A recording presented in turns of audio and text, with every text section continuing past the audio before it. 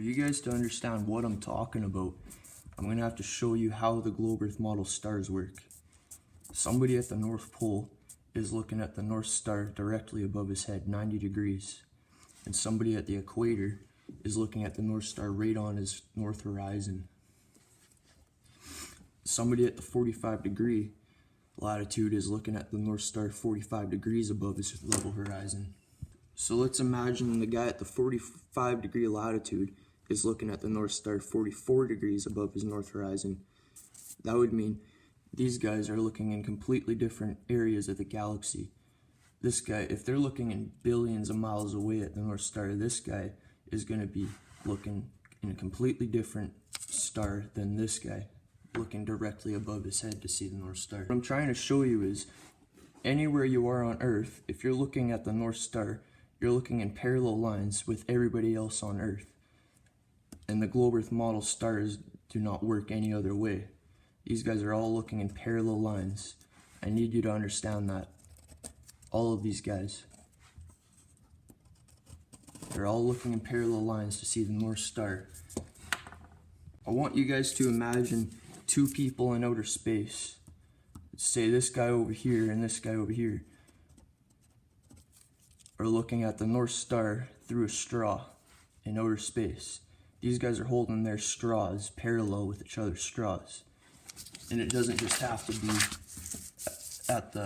around the Earth's area. It can be in this 180 million mile area, the Earth's orbit around the sun. These guys are all looking at the North Star in parallel lines. So put these guys with their straws, let's put them 5 inches apart. They're still looking at the North Star in parallel lines, holding their straws parallel with each other. You should be able to put these guys back down on Earth, 5 inches apart, holding their straws parallel, and they should still see the same star through both straws, right? If you disagree with the globe earth model. Now just go outside with 2 straws parallel and see if you can see the same star through both straws. And it's that simple to debunk the globe earth.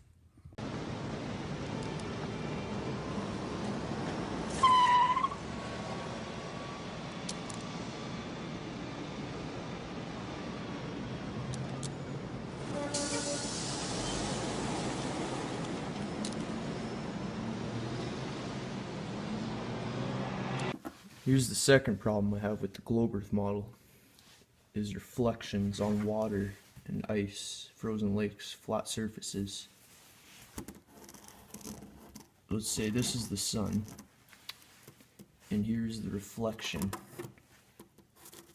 If you put a tree here, or anything, it's going to make a shadow. Even if you make a little rock here, it's going to make a shadow. So when there's curvature, 8 inches per mile, you're not going to see reflection. It's going to be blocked off by curvature. Gang, we've just been handed our next mystery.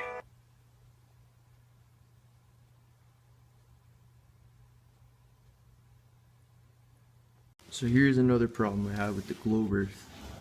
On the flat earth model, the sun is a lot closer than the globe earth model, that's for sure. And here's a picture of the sun seen from the North Pole. As you can see, it's pretty small. Now I'm going to show you a picture of the sun seen from the Philippines, really close to the equator, and you can see how much larger it is. So here's the sun seen from a location near the equator. As you can see, it's a lot brighter or larger, one of the two. Now on the globe earth model, the sun is millions of miles away. You shouldn't see a difference in size change when you're from the North Pole or at the equator. Now here's an experiment on how to prove the shape of the Earth.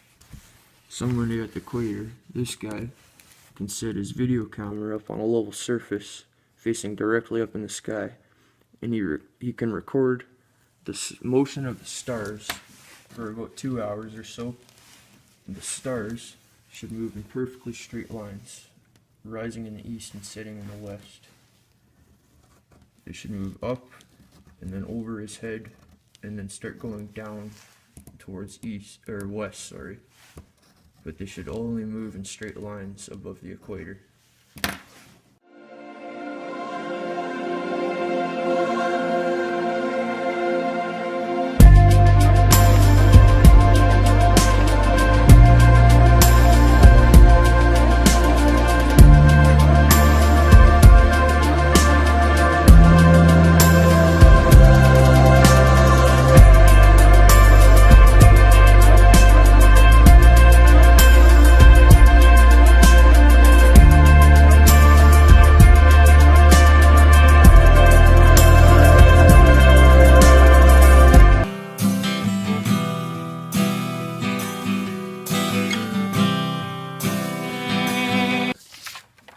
Another experiment we can do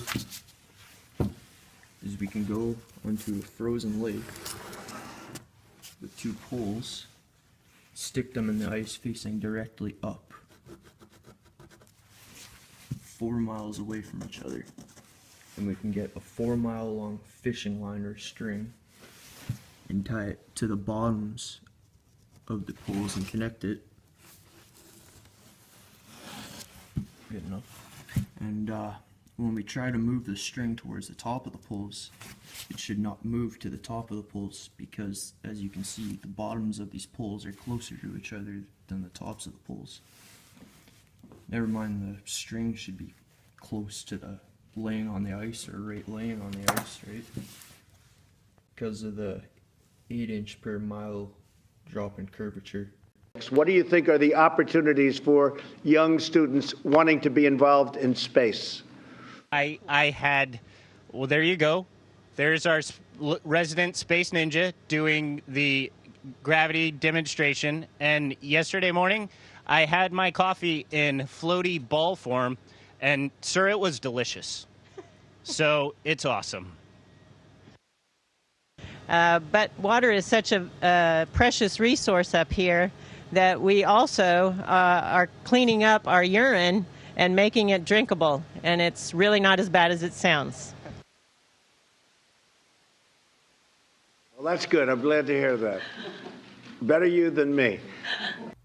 Turn over, and I sleep upside down. I can't have it. I don't have any sensation in my head that tells me that I'm upside down. There you go, same speed, 17,500 miles per hour, 200 miles above Earth, just like the space station. Have a look at the movement here. It is incredible. All you NASA tards, especially the moron, how's the parallax going here? Let's just keep watching this shit. And all of a sudden, the planet's moving the other way. Look at the speed, it's actually moving. It's at normal speed, you can tell by the voice. I'm not speeding this up. Have a look at the speed. And explain how all of a sudden the planet moves the other way. Look how quick this is going. It seems to be going even quicker here. Wow, a lot more cloud here all of a sudden. Let's compare it to this shit. This is the question I asked. There's no movement at all here, Mr. NASA Tards. Come on, Mr. Parallax Man, let's try and debunk this one. Look at this shit, it's not even moving. As compared to 50 years ago. Look at the movement of our planet here. It is absolutely flying. Come on, Mr. Parallax Man and NASA Tards. I want you to debunk this. What's changed in 50 years? Look at this. Absolute stillness compared to this one here. And I'm the dumbest fuck on YouTube, am I? You might want to look at yourself in the mirror, Mr. Parallax Man. Look at the speed 50 years ago, but all of a sudden now, it's slowed down to nothing compared to this. Come on, NASA Tards, please.